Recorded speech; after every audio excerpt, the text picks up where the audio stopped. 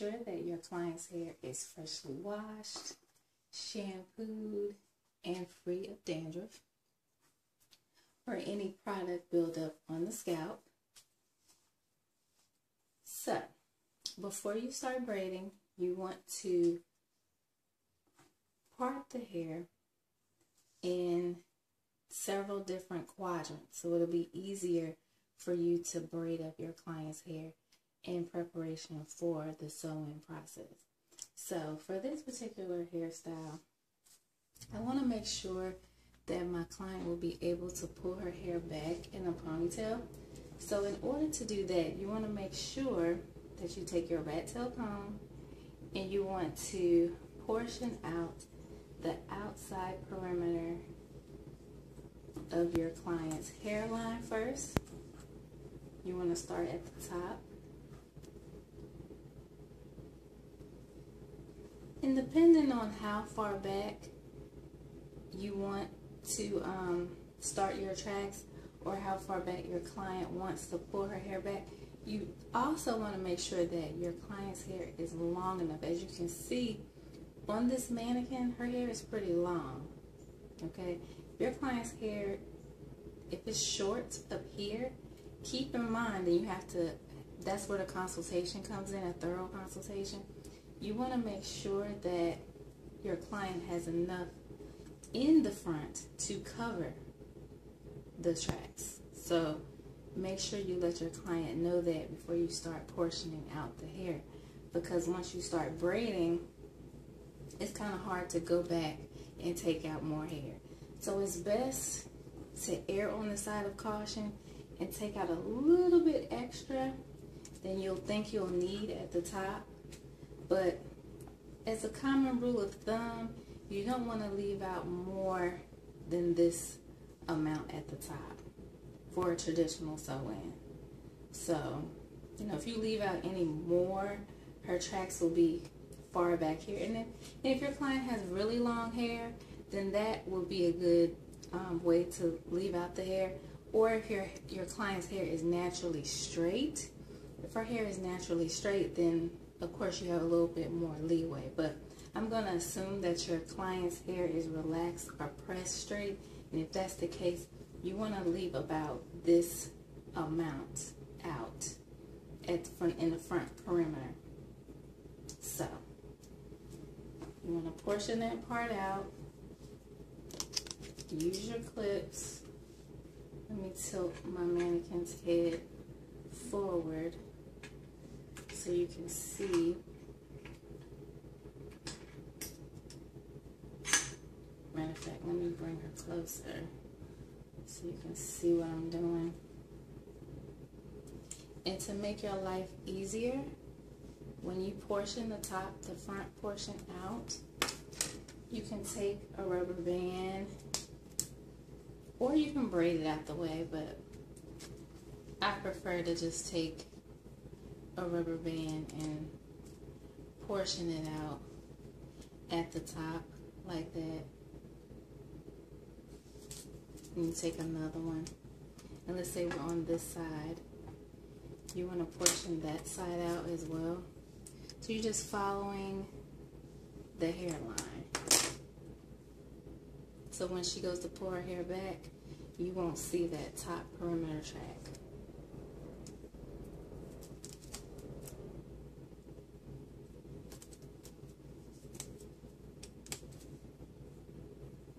So I'm going to go ahead and portion out all of the section in the back, and then I'll show you the finished perimeter portion out part for the leave out. Okay, so now I have the perimeter separated. As I stated earlier, you have the front section that's going around the outside, and then you have the sides that are going on top of the ear.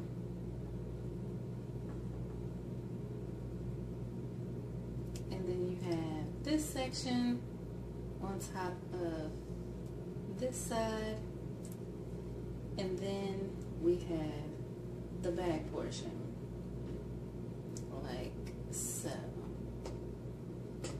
Okay,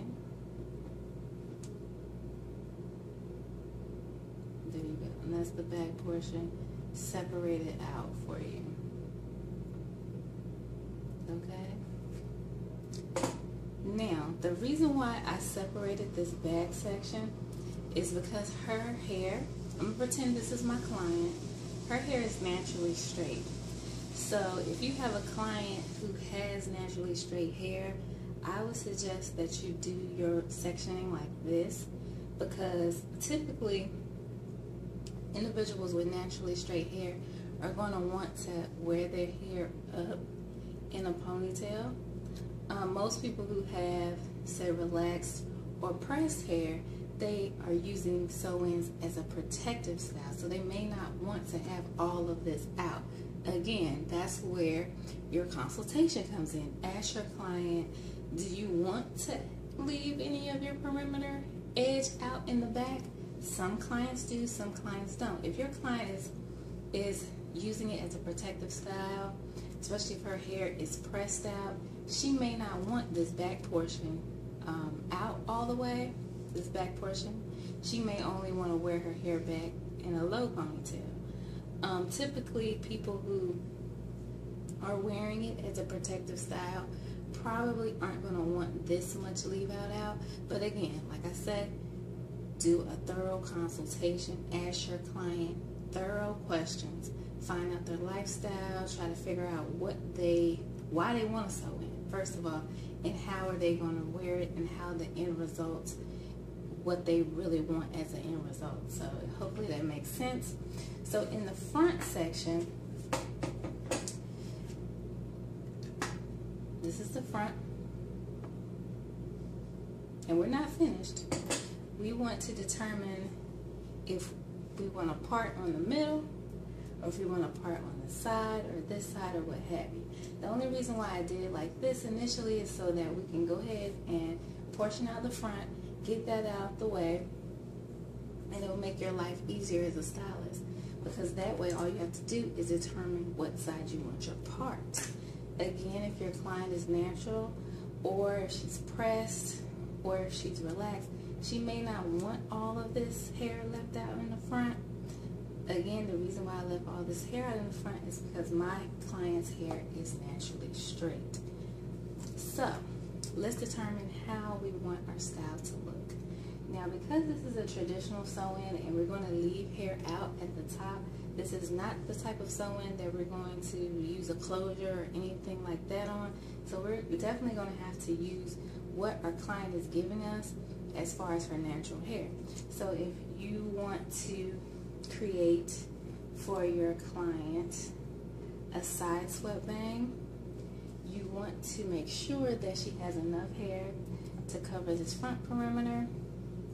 Keep in mind that this is going to be left out. Your braids are going to start back here. So because our client, her natural hairline is probably not her hairline, but the way her hair wants to fall kind of in the middle. So we're going to go with that. We're not going to fight with her natural cowlick here. Of course, this is the mannequin, but we're going to assume that that's a cowlick. And so we're going to take that into consideration as far as when we're parting. So because I want to put a middle part right here, I'm going to leave out enough hair on that side. Again, the rule of thumb is you want to use this amount of hair for a person who has pretty thick hair to normal density, okay? If her hair is thin, really thin, you may want to suggest a closure or a full sew-in, and that's a whole nother video. But you want to use about 2 spaces of hair, 2 fingers of hair.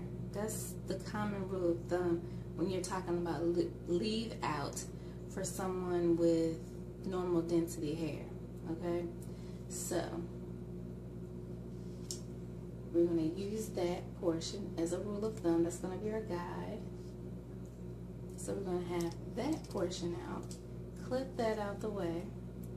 We're going to come in and again use our fingers as a guide. So that's about the width I want.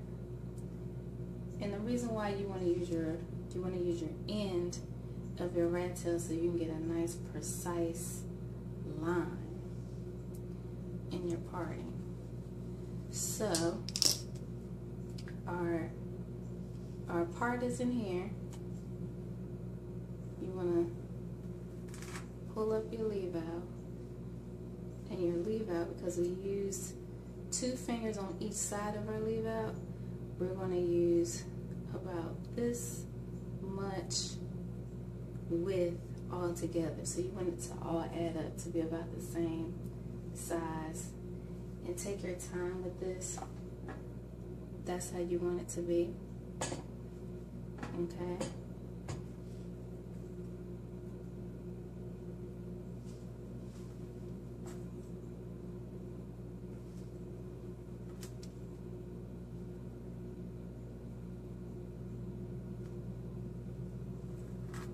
Just want to section the hair off at the top.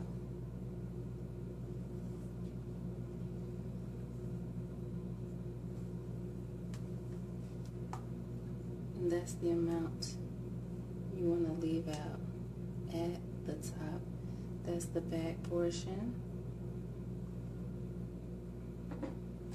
at the top. And again, because our client's hair is naturally straight, I am leaving out quite a bit of hair. It appears to be quite a bit of hair, but trust me, once I start braiding it, it's not going to appear to be that much. Again, you want to use your rubber bands.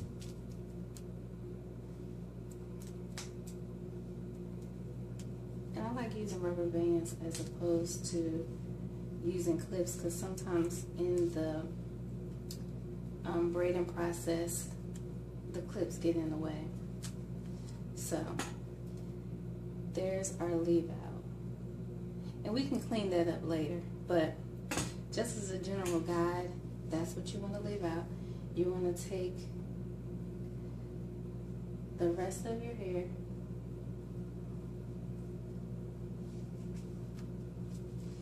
and pull that back in your ponytail. So this is your leave out guide. You have this portion out on the sides, and this is going to be your leave out at the top,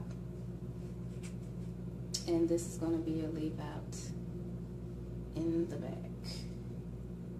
right there. Okay, again, based on your client's texture, you can leave out less than this.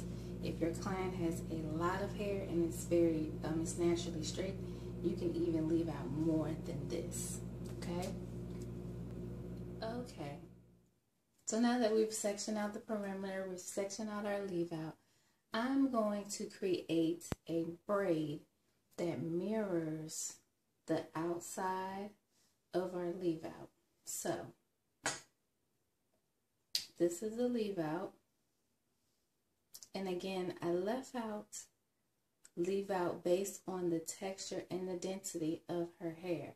Since her hair is naturally straight, I'm leaving out just a little bit extra than you would for someone who has relaxed hair or pressed hair or hair that's a little short. If her hair is really short, or not really short, but shorter than say 5 inches, you don't want to leave out this much. But because I'm going by her texture, that's what I'm leaving out. So this is going to be left out, not braided.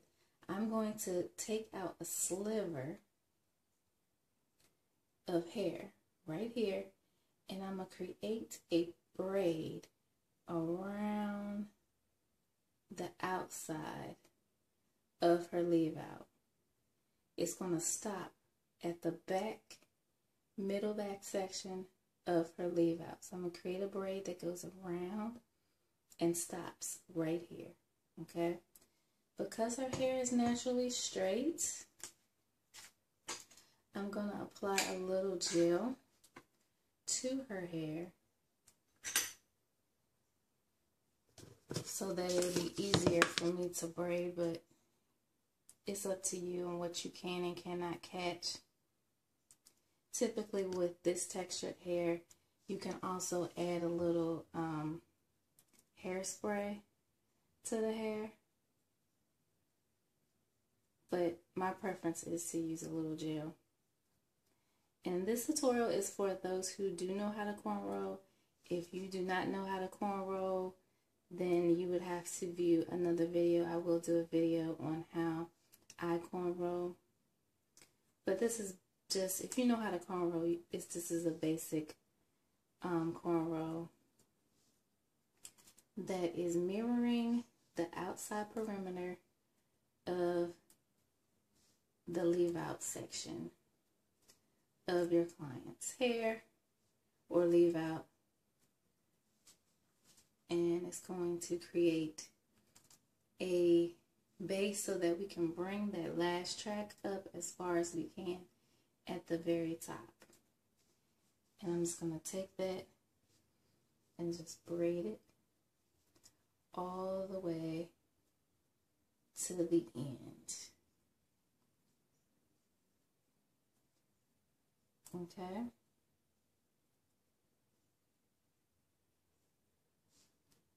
And this is just some regular styling gel. You don't want to use a lot because that will create buildup on your client's hair. If you notice, I did not add any braiding hair because her hair is pretty sturdy. It's not fine. It's regular density. And I can braid, as you can see, I can braid that pretty close to her scalp without any problems. So this is a leave out. This is our braid. And you want to start your braid as close to that leave out as you can. Okay. Now, before I get to the other side, because you want to do the same thing on the other side of your leave out. Since I'm on this side of the head, I'm also going to do a braid that mirrors this leave out portion. Because basically you want to add braids where you want to put your tracks. So, or we're creating a track where we want to put our wefts, rather. So, again, you want to create a nice perimeter braid around the outside. Okay. Use your clips. I'm going to put just a little bit of product on this hair because for me this textured hair is hard to braid, and I want to add a little bit so that I can braid it and get it as close as possible to the scalp. Again, you don't want to give your client a headache. You don't want to have her have a migraine because you're braiding too tight. So you definitely do not want to braid this hair too tight, but you want it to be secure. Okay? So, and just a little bit of gel. Like I said, you could use whatever you're comfortable using, but I like using gel. And we're just gonna braid this perimeter on up.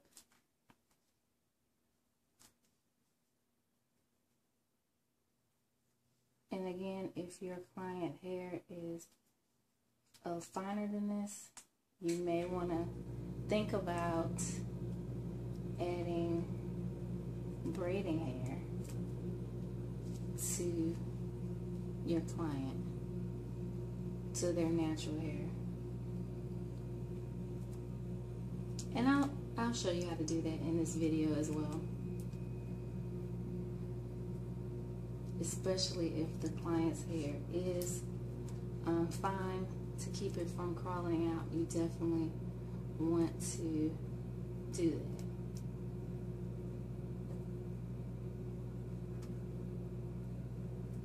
Okay.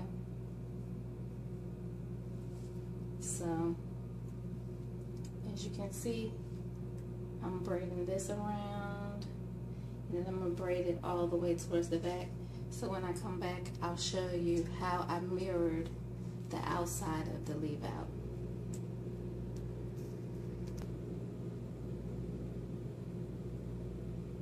Okay, so this is the top portion. This is the leave out. I did the braids mirroring the outside portion of the leave out. So this is the leave out. These are the braids on the top of the perimeter. Okay. And then I created the same type of braid mirroring the outside perimeter. And I carried the braid. I started up here near the leave out. Excuse me, this is in the front. And I carried on that braid all the way towards the back. I left that loose. Okay, right here, that's the end of that. And then I took a braid. This is the leave out. This is the braid that's mirroring the outside part of that. And then this is the braid that's going around mirroring this side of the head. So that's how you want your braids to go. This is the back, and this is the top, and this is the rest of the hair that we have to braid to create our base.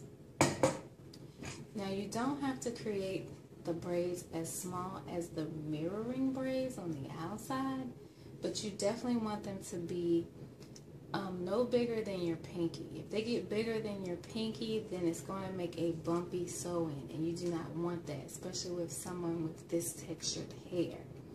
Okay, so if you notice, I left these ends free. These ends are going to be absorbed into the rest of the braid pattern. So the less sewing down of these braids, the better. Once you get this braid pattern down, it will take you no time to do this sew-in. You don't have to stop and, start and do all that. I'm just breaking it down for you so you can see what I'm doing. It really doesn't take that long. So what I'm going to do next is I'm going to take my section over here, and I'm going to start at the top.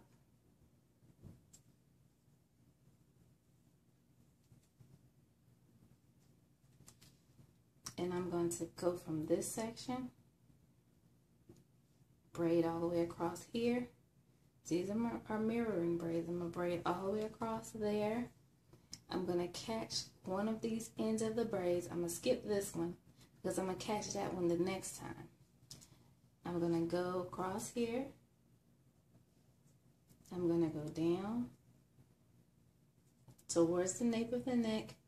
I'm going to catch one of these braids, and then I'm going to go around. So it's going to be more of like a circular braid pattern so that I can catch all of the ends of my braid. So the goal is at the end, we only have one braid to sew down. Okay, so I'm back. This is the braiding pattern. Okay, so what I'm going to do is just show you what we have so far. Here's the leave out portion. Let me move this out of the way. You have the leave out portion.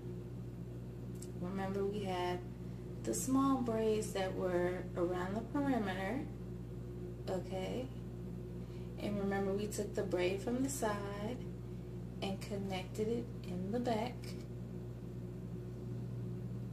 and basically we did a circular portion because the idea is that you just want one braid to sew down. That's it. So what I'm going to do, I have these two sections in the back.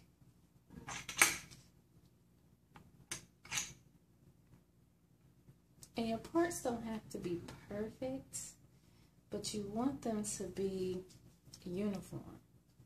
Okay? But here's the extra hair that we have left out. Of course, we're going to braid it, but I want to show you how you end this braid pattern. So we have two separate pieces left over. Let me turn it to the side so you can see that better. So this is the braiding pattern on the side. You have to leave out, you have your braids, and then you have your section here. Now, what you want to do is you want to take this piece, we're going to braid it around, connect it to this piece, then braid it to this side, and we're going to end it directly in the middle. The reason why we're ending it in the middle like this, instead of at the top or in the back, you don't want to ever end any of your braids, no matter what braid pattern you do. You don't want to ever end it at the top, because that's going to create more bulk at the top. It's going to create a hump there. You don't want to create a hump at the back, because we're going to pull this up, so you want to make it look seamless. So most people's heads, you have your bulk, most of the bulk on most clients' head is in the back. So if you're going to end your braid, you want to end it in the middle, in the back. So when you go to add your wefts on top of your braid pattern, you're not going to see that bump. And it's not going to leave a bump really, but you want to make sure that it's going to be as smooth and as flat as possible. So what we're going to do is, this is our tail of our braid right here. And again, you want to add some product, because her hair is a softer texture. You want to add a little bit of gel to the hair. I am going to clamp this down, and I'm going to try to braid it so that you can see it. Hopefully you get the gist of what I'm doing as far as the braiding goes.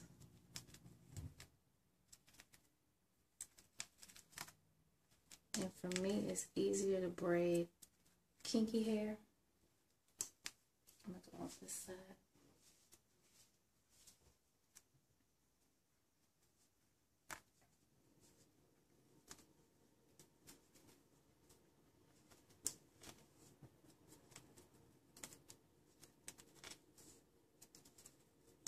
It's easier to braid kinky hair for me, so if my parts aren't straight, please forgive me. But you'll get the gist of what we're doing with this braid pattern. And you see I took my braid and I took it all the way around.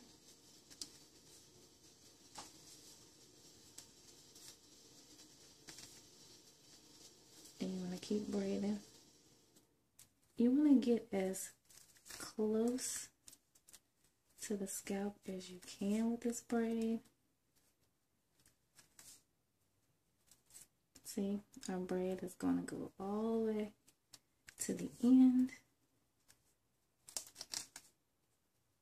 Okay, let me go around.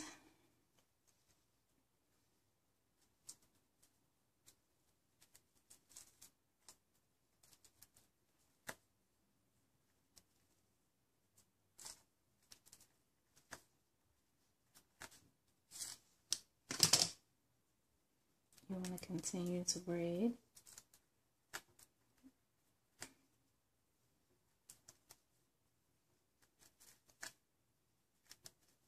And catch all those hairs. If you need a little bit more product, add a little bit more gel. And if gel is too slick, you could use hairspray. And again, the only reason why I'm using that is to create some type of grip, so that I can braid this straight hair. And once you go to wash your client's hair with their first shampoo, this gel will just wash right out, so it's not going to affect the hair. So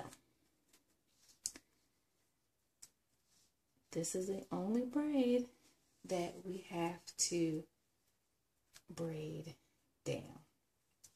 So that was the purpose of me doing this braid pattern, you want to make sure that all your braids are uniform. As you can see, they're smaller than my pinky finger. You don't want to make them any bigger. Also, you don't want to make them really, really small. A lot of stylists think that if you make them really, really tiny, that is going to make your sew-in flatter. Actually, what it's going to do is it's going to cause your client's hair to mat up. And that's going to create a whole nother situation. As I stated earlier, most people get sew-ins as a protective style, or they want to add length. They do not want to add damage to their hair. So this is pretty much the size of the braid. Like I said, it's smaller than my pinky finger, but it's not a really tiny braid. So what you're going to do is you're going to tuck that in, and we're going to tack that down with needle and thread. So again, I will go back over this braid pattern so you can see. This is the perimeter that we left out, all the way around the edges. This is the back portion of the braid pattern. And because her hair is fine, you're going to have some spaces. Like in this section right here, I'm going to show you how to close up these spaces. If you have a client that has this textured hair, I'm going to show you how to put like a net on these corners. You don't have to put a net over the whole head. You can just put a net on these corners and in the back portion and leave the rest of it out. But I will show you that in the next video, or rather in the next clip. But this is to show you the braid pattern. And the braids are uniform. And when the braids are uniform like this, it will make a really uniform, flat, and natural sew-in.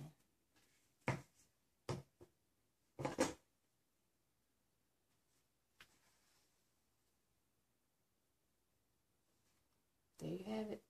The braid pattern for traditional sew and weave.